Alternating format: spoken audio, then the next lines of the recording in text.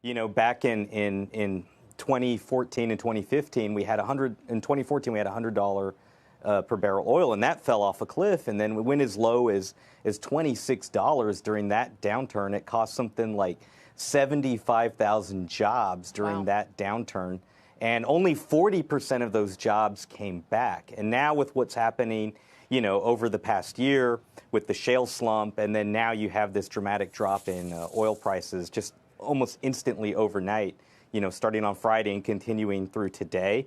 The industry's looking at this, and it's rather reminiscent of that downturn. This would be the second. This is shaping up to be the second downturn in 5 years' time. What I was going to say, though, not to make light of it, is that most people now don't even remember the last downturn unless they were in your area, because the U.S. economy kept growing. The region itself bounced back ultimately. Does anything make you think that it could be worse this time?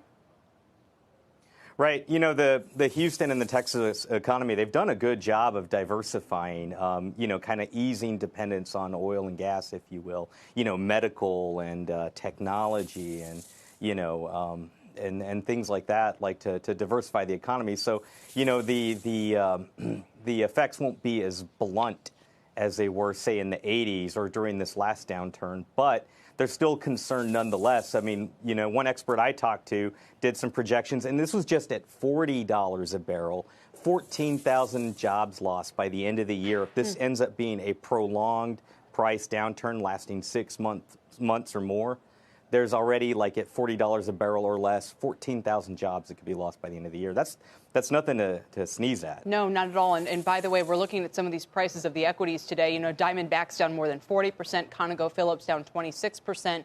I do wonder, we were just speaking with Dan Yergin, don't know if you heard him, but it's possible we could go from producing 13 million barrels a day to something dramatically below that if this lasts for some time.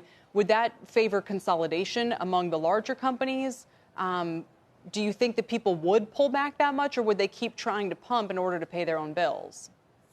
Well, you already saw calls for mergers and acquisitions and consolidation before this happened.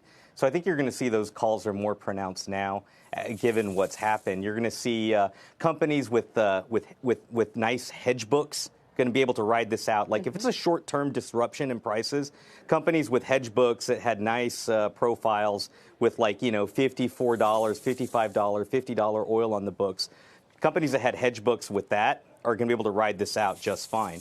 And then you're going to see companies who have low debt and cash. They're going to be able to scoop up assets. You're definitely going to see that this time around, just like you did during the last downturn. And I think you'll see sectors like the OFS, the service sector, service companies be hurt the most, followed by E&Ps, and it's going to affect midstream and downstream and petrochemicals, all in different ways. But the effect is the same in this call for this consolidation.